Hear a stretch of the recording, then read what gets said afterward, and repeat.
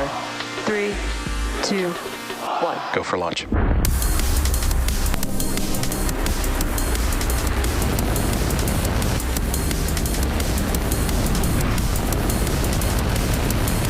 Vehicle is supersonic.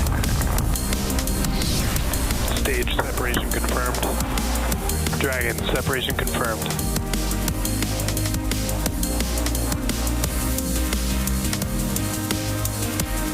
Stage 1 is transonic. Landing legs have deployed. And Falcon 9 has landed. On your screen is a live view of Falcon 9 awaiting its 6:16 a.m. Pacific Time launch from Slick 4 East at the Vandenberg Space Force Base in California. Good morning, everyone. My name is Shiva, and I'm a space operations engineer here at SpaceX. Thanks for joining us for the Iridium OneWeb mission, which marks our 33rd mission this year and our 232nd overall mission to date. Now, if you've been following along, you'll know we had an abort yesterday at the T-minus 55-second mark during our launch attempt.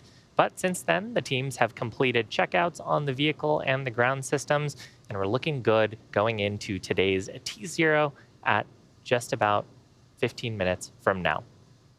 Now, we are flying two primary customers on today's mission, Iridium and OneWeb. Combined, they are going to be sending a total of 21 spacecraft into low Earth orbit, or LEO.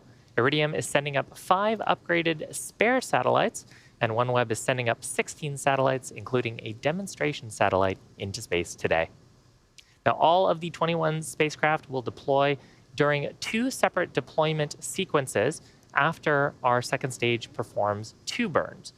It's likely we won't have live video coverage of that first deployment sequence, but we will have telemetry for the first 6 deployment events, and that'll allow us to confirm successful deployment over the nets. Now, those last 2 deployment events in the first sequence will happen during a blackout period, so we'll confirm those a few minutes later when we regain telemetry. We're going to have more about the customers and their payloads a little bit later on in the webcast, and if you're interested in following the full deployment schedule, check it out at spacex.com. Now, we're just about T-minus 13 minutes to go. Despite how it looks, the weather is actually fantastic for a launch today.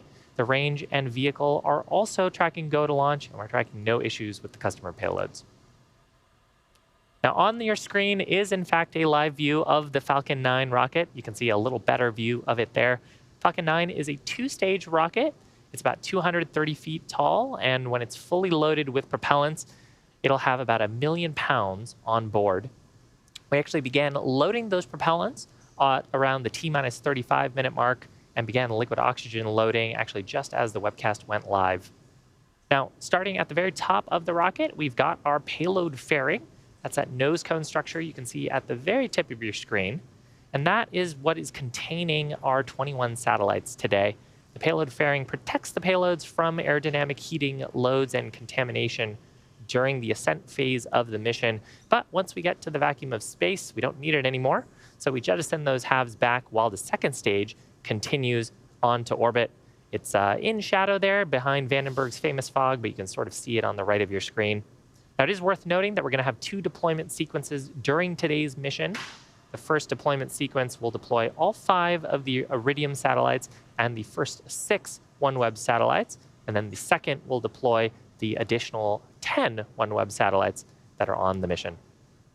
Now, below the payload fairing, you can see sort of a white structure and then a black structure there on your screen. That white structure is the second stage. And in the black structure, which is our inner stage, is the Merlin vacuum or MVAC engine. The second stage is what's going to carry the 21 spacecraft into low Earth orbit to their payload deployment. Now, the Merlin vacuum we're flying on today's on today's mission has a shortened nozzle. We're going to get a much better look at that during the burns and during stage separation. The shortened nozzle made its debut on the Transporter 7 mission, and it'll continue to be used on missions that don't need quite as much performance to get to their final destination. Now, as a reminder for really all you MVAC fans out there, the large nozzles, the regular size nozzles on MVACs aren't going away. We still fly them on missions that require more thrust or more efficiency to get heavier payloads into orbit. Now, moving down, we've got the bottom 2/3 of the rocket, which is referred to as the first stage. We also refer to that as the booster. At the very bottom of the first stage are the 9 Merlin engines, M1D engines, that will take Falcon 9 off the ground from the launch pad and put us outside of the thicker parts of the Earth's atmosphere. Now, shortly after liftoff, we'll expect the stages to separate from one another. The second stage will take the payloads into orbit, while the first stage makes its way back to planet Earth for recovery. It is designed to be reflown with minimal refurbishment in between flights. In fact, this particular first stage has flown, or will be flying, I should say, for its 11th time, has flown 10 times, and will attempt a landing on our drone ship named, of course, I Still Love You. That's stationed in the Pacific Ocean, downrange about 650 kilometers. Now, if we're successful, that landing will mark the 193rd recovery of an orbital class rocket. I mentioned it a little bit earlier, but we're flying 2 customers on today's mission, Iridium and OneWeb. Iridium is a global satellite communications company. They provide access to voice and data services anywhere on planet Earth. If you've been watching SpaceX a long time, you'll know that we flew 8 launches for Iridium that finished up in 2019. But here, 4 years later, we're happy to be working with them again to send another 5 upgraded spare satellites into space. These satellites will further Iridium's constellation's resiliency, bringing their total number of spares to 14 and the total number of satellites in orbit to 80. Now with that, let's learn a little bit more about Iridium and what they're flying today.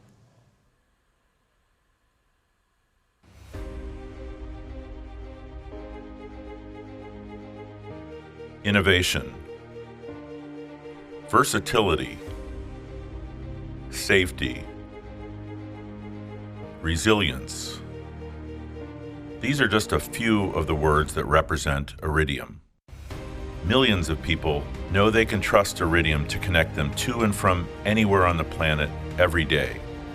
As a result, when family, friends, and colleagues venture off the grid, including to the world's most dangerous environments, they choose to stay connected with Iridium.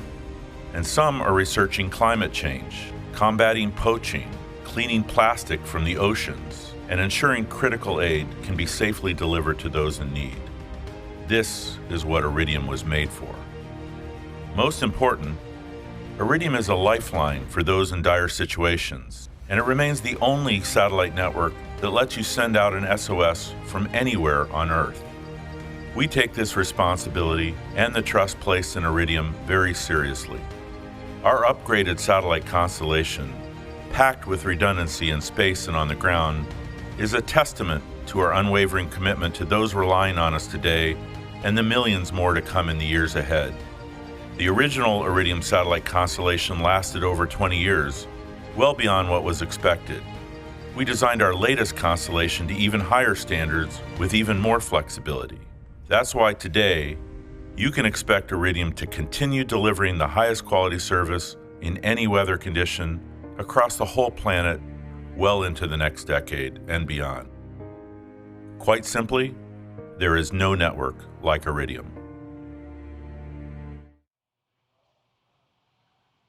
Now we've got 2 main customers on today's mission, and OneWeb is that other main customer. Today's launch marks OneWeb's 19th overall launch and our 4th launch with SpaceX. Once the 16 OneWeb satellites on board the second stage deploy, it'll bring OneWeb's constellation to 634 satellites in total. Among those 16 satellites, there's also a special demo satellite called JoeySat, which is going to test an innovative beam hopping capability, allowing the satellites to switch direction and signal strength based on customer needs or demands. Let's take a quick look at OneWeb and the payloads that we're flying today.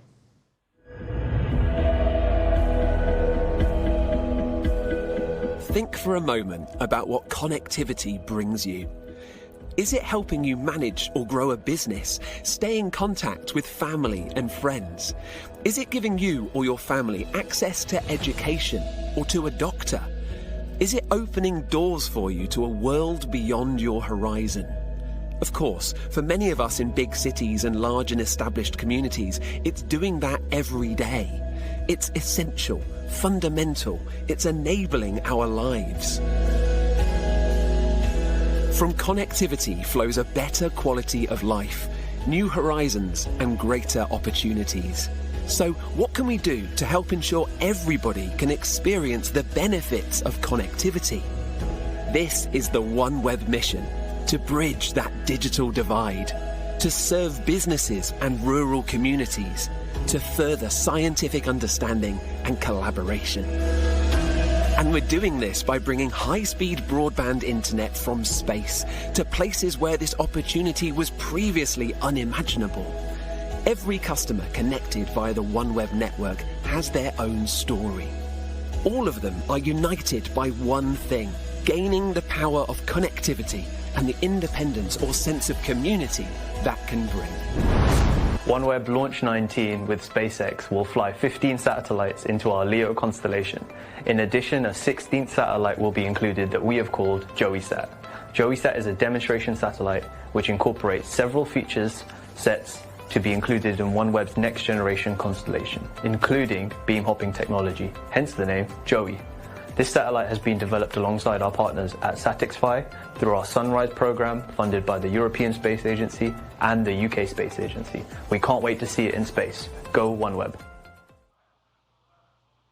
Now we're just about T-minus 4.5 minutes to go to liftoff. Coming up, we should expect to see the clamp arms open on the transporter erector. You can barely make them out there on the right-hand side of your screen.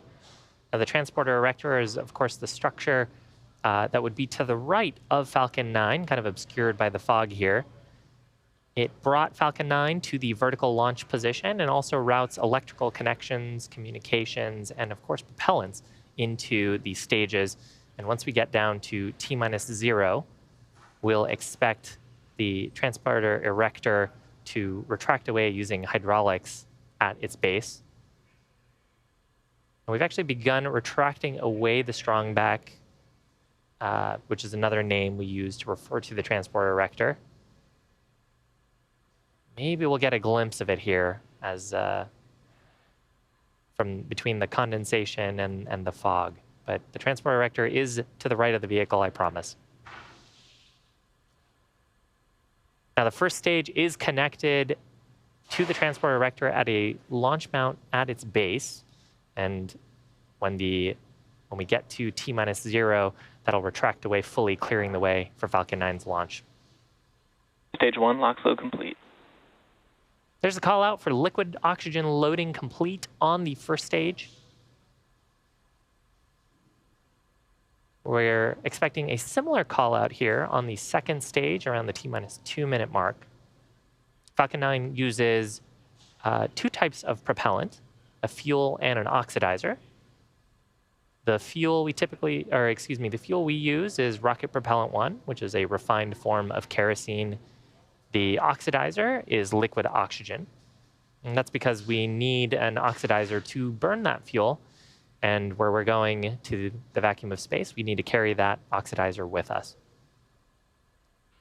When we're fully loaded with propellants, we'll have about 1 million pounds of both RP1 and liquid oxygen on board to feed the Merlin 1D and Merlin vacuum engines on the first and second stages, respectively.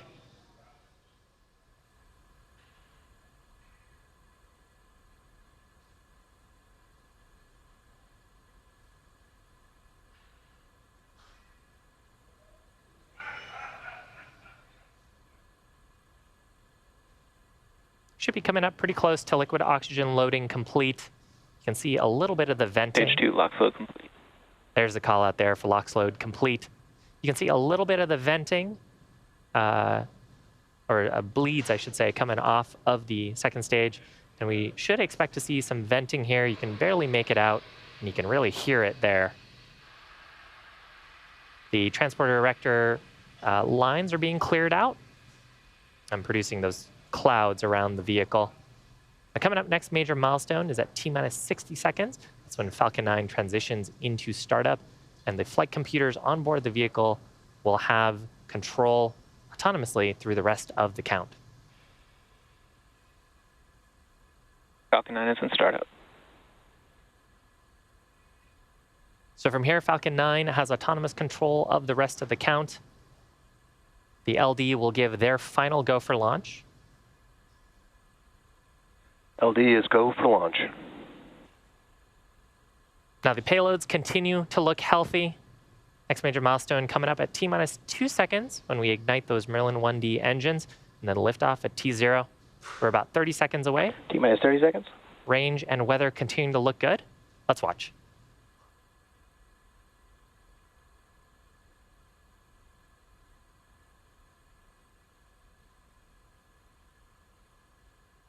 $15. 10, 9, 8, 7, 6, 5, 4, 3, 2, 1. Full power. Liftoff of Iridium OneWeb.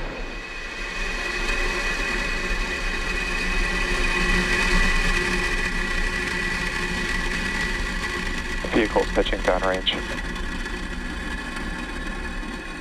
M1D chamber pressure is nominal.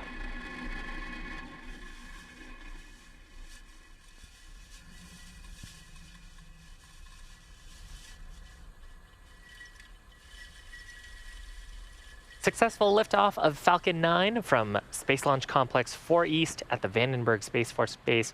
We're carrying the Iridium OneWeb satellites into orbit. We've begun gimbaling the engines on the first stage. Gimbaling is really just tilting the engines. Telemetry nominal. We've begun what's called a gravity turn. So we're letting gravity help pull the rocket to go sideways. We need to be going fast horizontally to get into orbit. We actually just got through the throttle bucket. Vehicle supersonic. Throttle bucket being where we've throttled down the Merlin 1D engines in preparation for max Q. That's the point of highest stresses on the vehicle. Max Q. Fantastic views from this ground tracking cam. Nice to be out of the Vandenberg fog. Now, a rocket needs to go about 17,500 miles an hour horizontally in order to avoid being pulled back down to Earth. And if it does get to that velocity, that's what we say, that's what we mean when we say we're getting to orbit. So we're continuing to accelerate on the first stage. Call out there of MVAC chill. And that's for the next several events we've got coming up. The first of those is main engine cutoff, where we'll shut down these 9 Merlin 1D engines on the first stage. That'll be followed by stage separation, where the first and second stages will separate from each other. The Merlin vacuum on the second stage will ignite at SES-1. And then we will have the fairing halves separate shortly after that around the T+3 minute mark. So again, those events back to back, MECO, stage sep, SES-1, and then shortly after, fairing separation.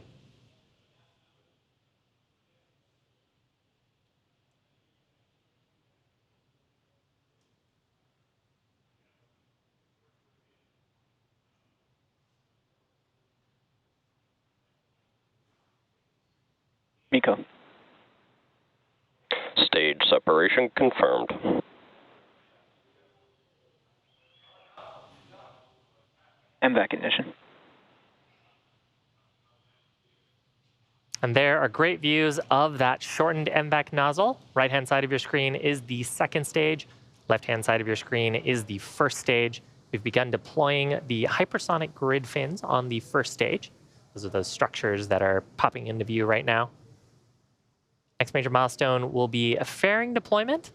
If you keep a close eye out, you might even see those fairings behind the second stage as they trail away.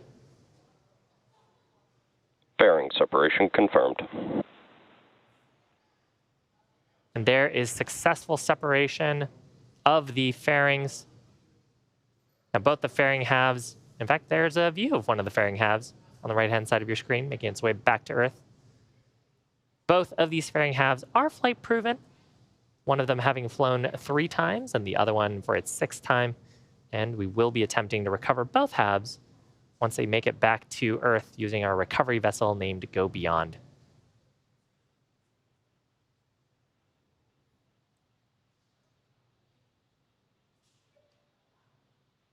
T+4 minutes. If you're joining us, welcome. You're looking at a live view of Falcon 9. We're right-hand side of your screen is the second stage in the first of 2 planned Merlin vacuum engine burns. This burn will last about another 4 minutes on the second stage. It's carrying our 21 payload satellites into orbit. On the left-hand side of your screen, we've got Falcon 9's first stage. Those periodic white bursts that you're seeing are actually from our attitude control system. We're reorienting the first stage to get the engines pointing down back towards the atmosphere, because we're coming up on Falcon 9 first stage's next major milestone as well. Both vehicles are following nominal trajectories. Call out there indicating that we are on the path we intend to be on. Now, the first stage is pointing its engines down in preparation for the entry burn. Entry burn is where we relight 3 of the Merlin 1D engines on the first stage. We relight the center engine and then 2 of the radial engines. And that maneuver is to slow down the first stage. We've picked up quite a bit of velocity in lofting the second stage and getting it started on its path to orbit. And we're going to bleed off a lot of that energy as we come back through the thicker parts of the Earth's atmosphere. So rather than taking all of that heat loading and structural loading directly on the vehicle, we use some of our propellant to slow down a bit. And that's what the purpose of the entry burn is. Helps us reduce the stresses and loads on the vehicle to help recover it. View from the inner stage. Just a few minutes ago, we had a second stage in there. Now, all the soot that you see actually comes from a couple of different sources. The soot that we're seeing in the inner stage came a little bit from that second stage burn. The soot that you see on the rocket actually comes from the entry burn primarily. We're flying quickly backward through our Merlin exhaust plumes, and we use a carbon-based fuel. So as we combust that, that leaves a nice small layer of soot on the vehicle. And reusability is really what makes the cost of spaceflight lower and enables more scientific research and infrastructure development in low Earth orbit like we're doing today.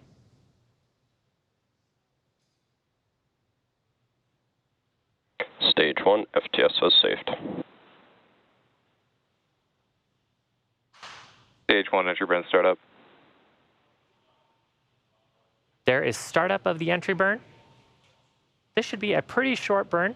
Falcon 9 making its entry burn for its 11th time, this particular booster having flown 11 missions. Total burn duration, just about 20 seconds on the first stage. Stage 1 entry burn shutdown.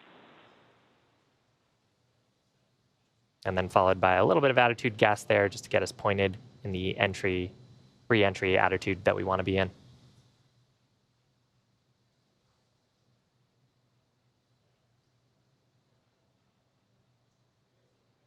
Now, from there on, the first stage actually has those 4 grid fins. Nominal trajectories. And as we get into the thicker atmosphere, we get more control off of those grid fins. They'll actually do most of the pointing. We don't need to use attitude gas or the engines to do that until the landing burn starts in just about 40 seconds. Now, the landing burn will coincide with second engine cutoff on the Stage 1 transonic. second stage. Second engine cutoff expected around T plus 8 minutes, 45-ish seconds. Stage 2, FTS has saved. Stage 2 terminal guidance. Now, during the landing burn, we light just a single center Merlin engine, followed shortly after by landing leg deploy, and then hopefully a soft touchdown on the drone ship. Stage 1 landing burn.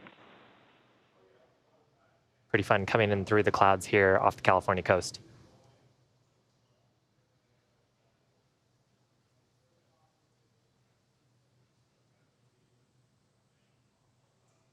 Stage 1 landing leg deploy. MVAC shutdown. Stage 1 landing is confirmed. Okay, a lot of things happened there, but I see a successful landing Nominal orbit insertion. of our Falcon 9 first stage, we had a second engine cutoff there. You heard the call out for nominal orbital insertion. So we're in our first parking orbit for the second stage. And on the first stage, that marked the 193rd recovery of an orbital class rocket, including first stage landings for both Falcon 9 and Heavy. Now, of course, the mission isn't over yet. We've just done the first part. The second stage is embarking on its first coast phase. After this coast phase, we're going to relight that Merlin vacuum engine for a second time. That'll be around the T plus 55-minute mark. Expected loss of signal, Vandenberg. So we're going to leave you with some views and some space tunes. And we'll see you back here in about 45 minutes for our second engine start number 2.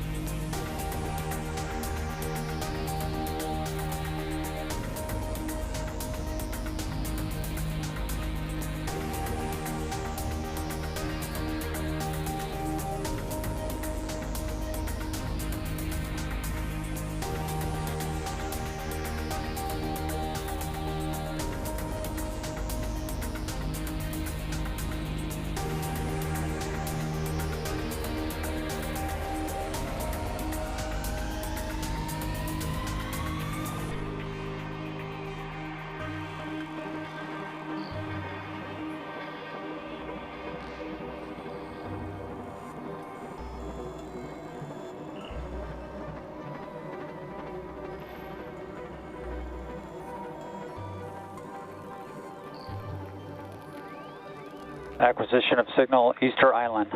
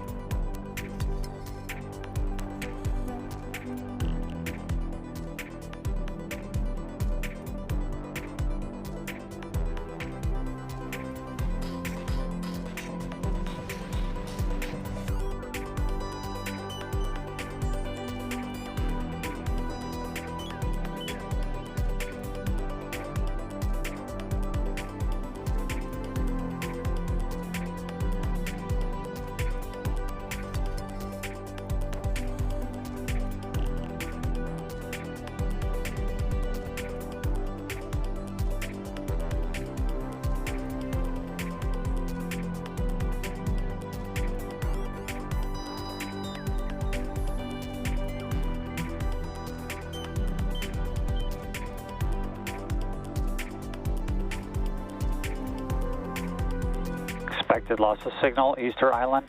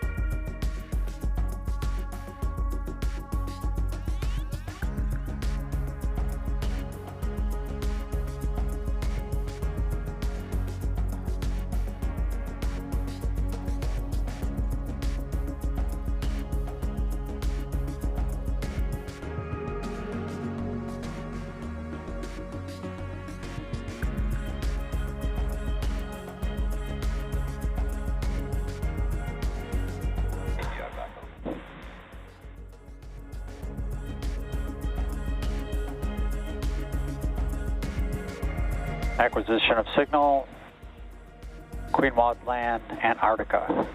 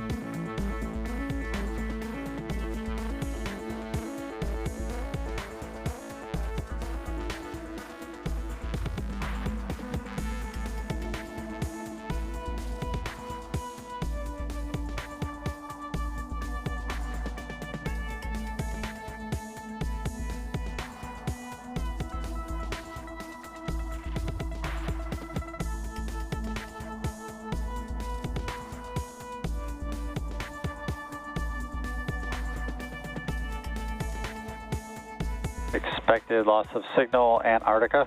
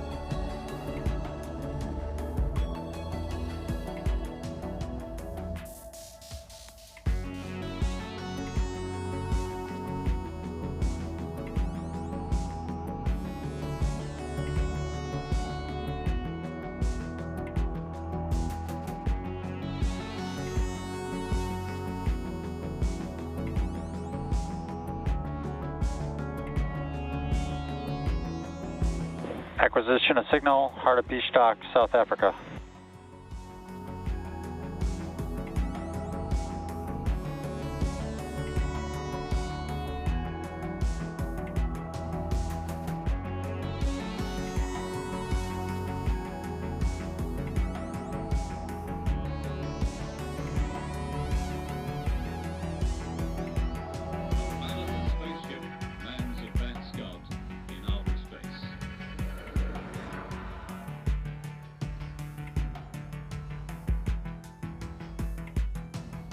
Precisely the kind of information you want from the satellite.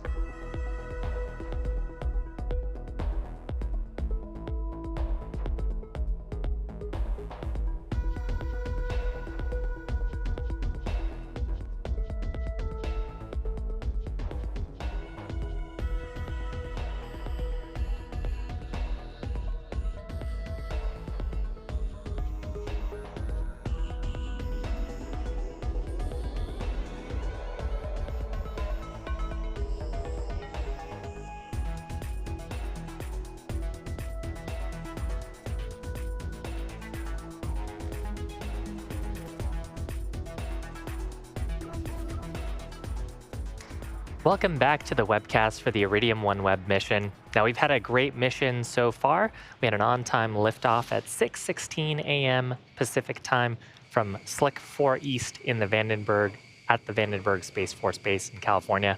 You're looking at a live view of the second stage on orbit as it's preparing for its second planned MVAC burn. Up to this point, we had a successful ascent and a successful orbital insertion on the second stage, and we also recovered our first stage, marking its 11th landing. And we're coming up just about 10 seconds away from a second ignition of the Merlin vacuum engine to put the Iridium OneWeb payloads into the payload deploy orbit. Acquisition of signal, Malindi, East Africa. MVAC ignition. MVAC shutdown. And there was a successful burn of the second stage engine. Super fast burn, just a couple of seconds. Nominal orbit insertion. And with that call out there, operators confirming that we are in the intended payload deployment orbit. Now, just a little bit of orbital mechanics. That initial burn that we did about 45 minutes ago was the orbit insertion burn. That put us into what's called an elliptical orbit. An elliptical orbit, there's a high point, which is referred to as the apogee, the highest point around Earth, and a low point, or the perigee.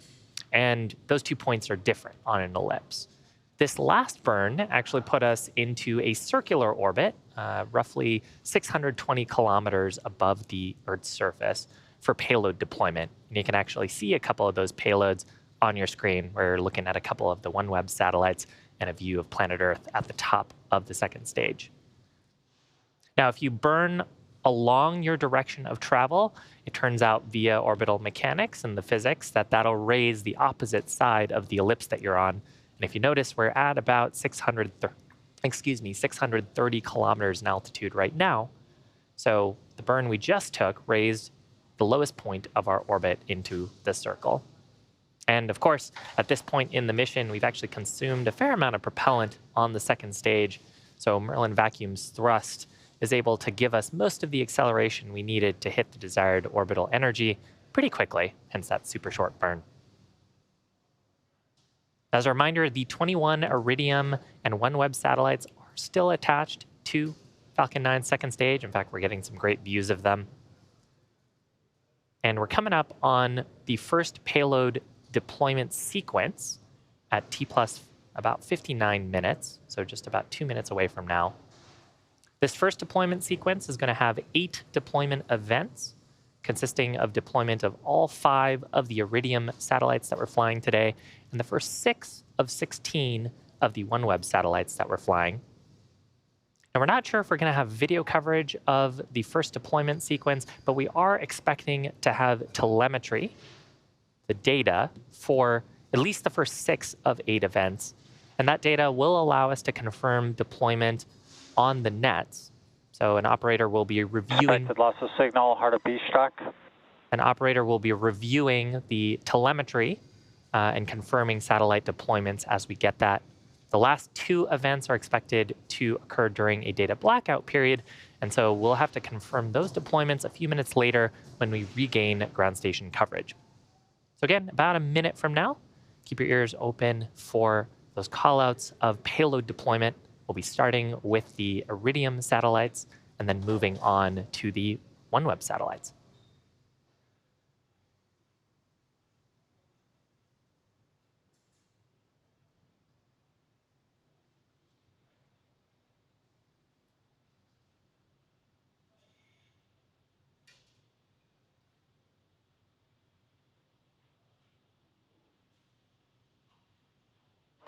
Now, as a reminder, Iridium is a global satellite communications company. They provide access to voice and data services anywhere on Earth. After completing a series of 8 launches with us back in 2019, we're excited to be working with them again to launch 5 upgraded spare satellites on today's mission. Now, these additional satellites are going to further their constellation's resiliency, bringing the total number of spare satellites in orbit to 14 and their total number of satellites to 80. We're going to be starting with payload deploy just a few seconds from now.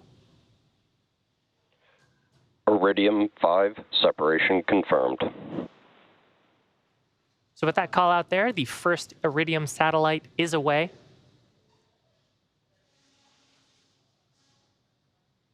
Now the operators on console are taking a look at a variety of data inputs to understand whether the payload has separated or not. You can typically see a little bit of acceleration on the vehicle from a payload deployment. They also typically have what are called break wires. They are essentially connections that when the satellite leaves, sends a signal that we can interpret in data to show that the satellite has deployed. And then we do have cameras on the top of the second stage. So if there is a question about the deployment, we can usually download the data later and review that data to see if we got a visual confirmation of deployment. Unfortunately, just the way the telemetry is working out right now, we don't have live views to provide you.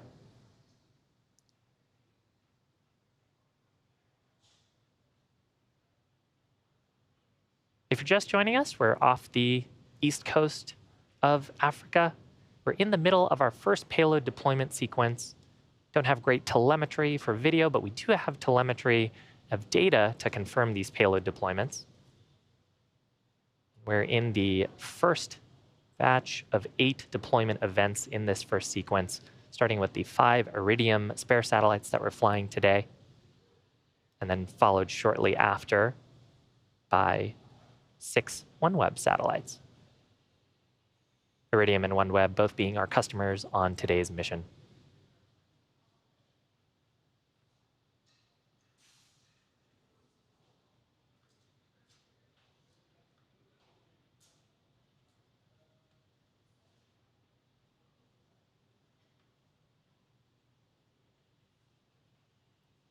Iridium 4, separation confirmed. And there's confirmation of the second Iridium satellite having deployed, so 3 more attached to the top of the second stage.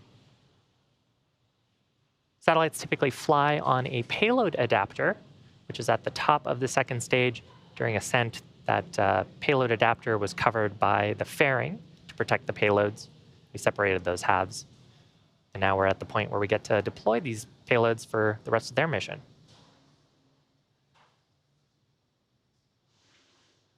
Iridium 3, separation confirmed. So 3 out of 5 Iridium satellites successfully deployed. 2 more to go.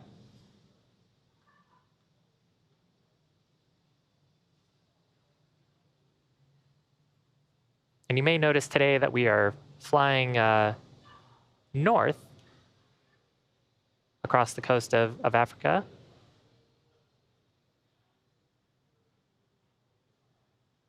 We flew in a polar orbit out of Vandenberg.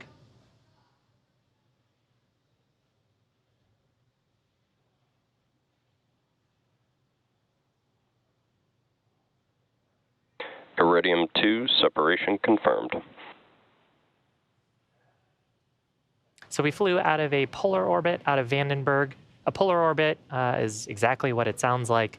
It basically means we fly in a trajectory where the stage and then the payloads are flying pole to pole, perpendicular to the spin of the planet. Some satellites need to fly in polar orbits so that they can get coverage all across the globe. As they orbit the planet rotates under them, and they can get coverage of different parts of the world. And the Iridium constellation operates that way.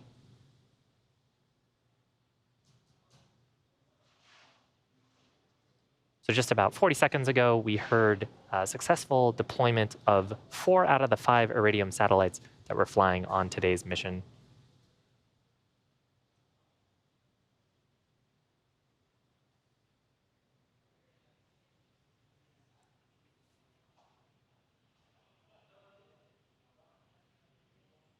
And their satellites are actually pretty large. They're about the size of a small car. So each of these satellites is going to be continuing on to their operational orbits. These ones are spare satellites to supplement the constellation that is already in orbit and offering services across the globe.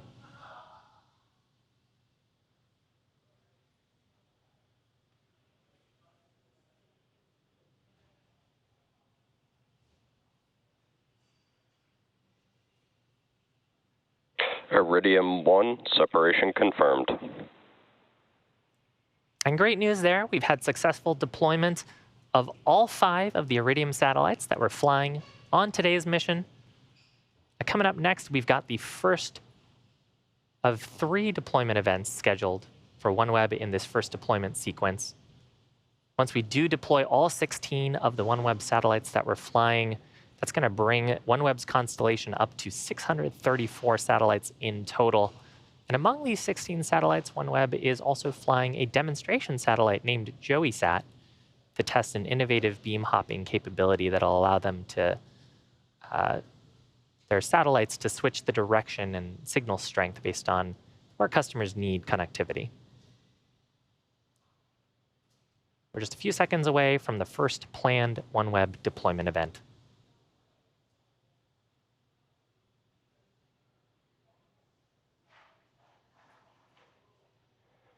OneWeb Alpha 2 and Alpha 6, separation confirmed. Great news there.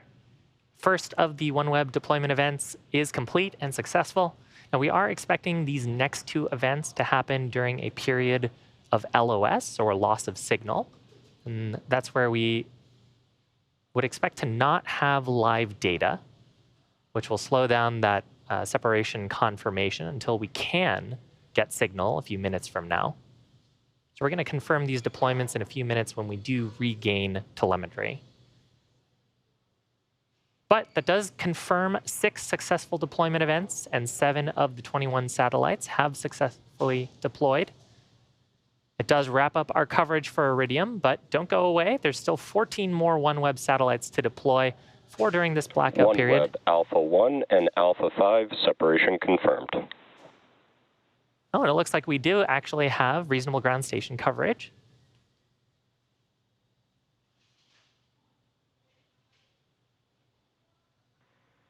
Expected loss of signal, Melendi. And there's the LOS. Looks like we managed to get a little bit of additional signal. So that last OneWeb deployment we'll expect to get back when we get coverage a few minutes from now as we get over the North Pole.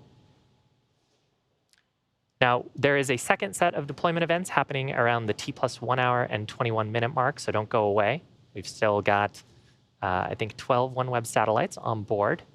For now, we're going to leave you with any views we might get and some space tunes. But we'll see you back here in about 10 minutes when we're expected to regain ground station coverage to confirm the last payload deployment from this first set. See you soon.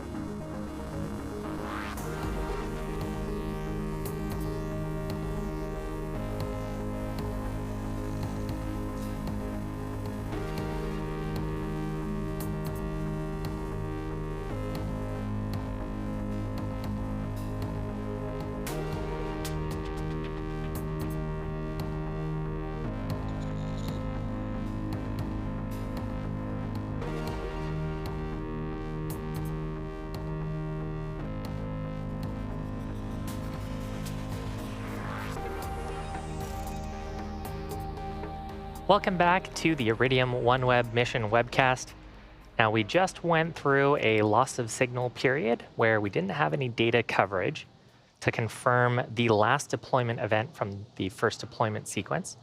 We're expecting to regain telemetry shortly here as we pass into coverage from the Svalbard station. And then we should be able to hear confirmation of the last deployment event.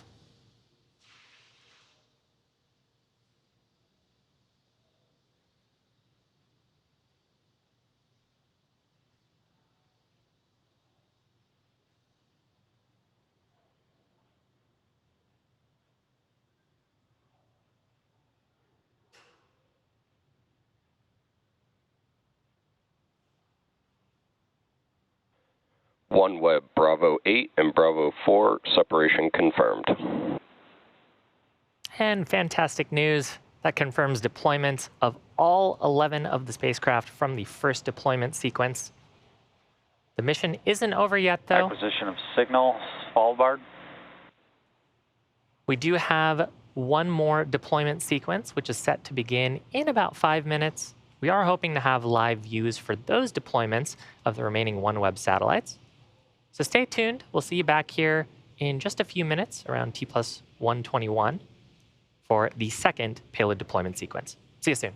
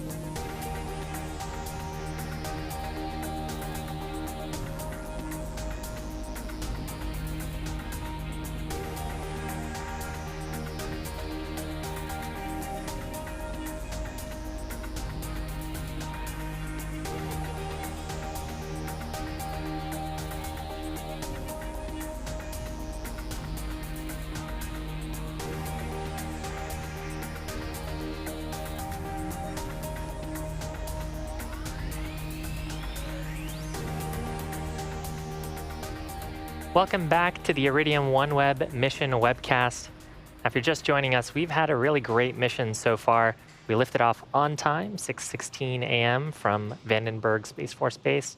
We had a successful first stage landing, 2 successful second stage burns, and successful deployment of all 11 spacecraft from the first deployment sequence. We're coming up on the second deployment sequence of 10 additional OneWeb satellites, including their demonstration satellite named JoeySat. And we've actually got some great views of the payload adapter with those OneWeb satellites. OneWeb Alpha 3 and Alpha 7 separation confirmed. And there is both mission control and visual confirmation of OneWeb satellite deployment. We may be able to see it here in a minute. You might have noticed from the views that the second stage has a slight rotation that's intended to help with the payload separation and help the satellites separate from each other as they deploy. It's a pretty slow rotation rate. It amount to the stage completing a full rotation about every 6 minutes. And we've got some great views of the payload adapter and the OneWeb satellites set up in a ring around the top of the payload adapter.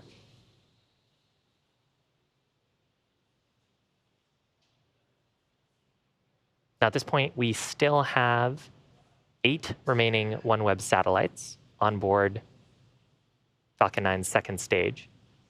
We flew a total of 16 OneWeb satellites today, along with the 5 Iridium satellites that we deployed earlier during the first deployment sequence.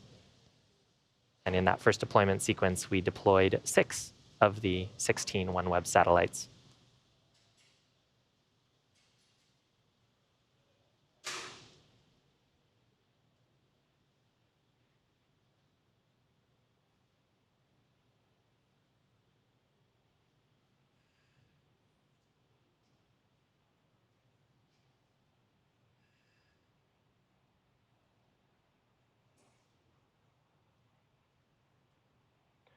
OneWeb Bravo 5 and Bravo 1 JoeySat separation confirmed. And there is confirmation of the next 2 satellites, including OneWeb's demonstration satellite. Now, OneWeb satellites also operate in a polar orbit, meaning they fly around the poles of planet Earth as the Earth rotates below. Each of these satellites will see a different part of the globe and be able to provide connectivity services. And that just means a different set of ground stations for us, trying to line up our payload deployment events with ground stations so we can get telemetry and confirm payload deployment. Just so happens right now that we've got some great views from the Svalbard station as we're over the top, the North Pole, the top of the Earth, if you might say.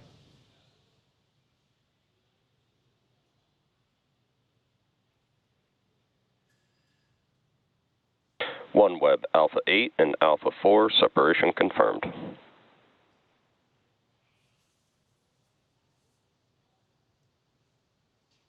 So just 4 remaining OneWeb satellites on today's mission. If you're just joining us, welcome. You came at a great time. We're coming up on the last set of payload deployment events for today's mission. Lifted off about an hour and a half ago from Vandenberg.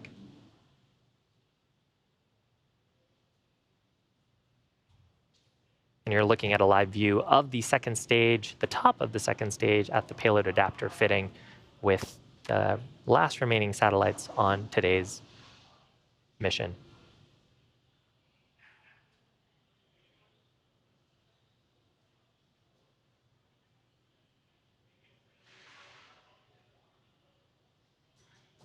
OneWeb Bravo 7 and Bravo 3 separation confirmed.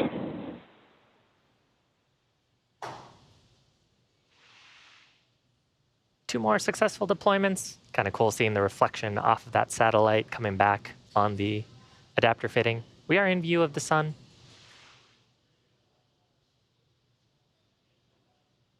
Now, these satellites are quite packaged up right now for deployment, but eventually they will extend their solar arrays and antennas, which you can see on your screen right now. OneWeb Bravo 6 and Bravo 2 separations confirmed. All Iridium and OneWeb separations confirmed. And with that, Mission Control said it perfectly. All the satellites have been deployed, including the 5 Iridium satellites during the first sequence, and now all of the 16 OneWeb satellites. So that's going to wrap up our coverage for today's launch. All of us at SpaceX want to give a big thank you to our customers, Iridium and OneWeb, for entrusting us with today's mission. We also got to give a shout out to the Range and the Federal Aviation Administration for supporting today's mission. We thank them for that. And today's launch concludes our 232nd overall mission to date and our 33rd launch of this year. To all our viewers, thanks a bunch for tuning in today, and we'll see you again for our launch real soon.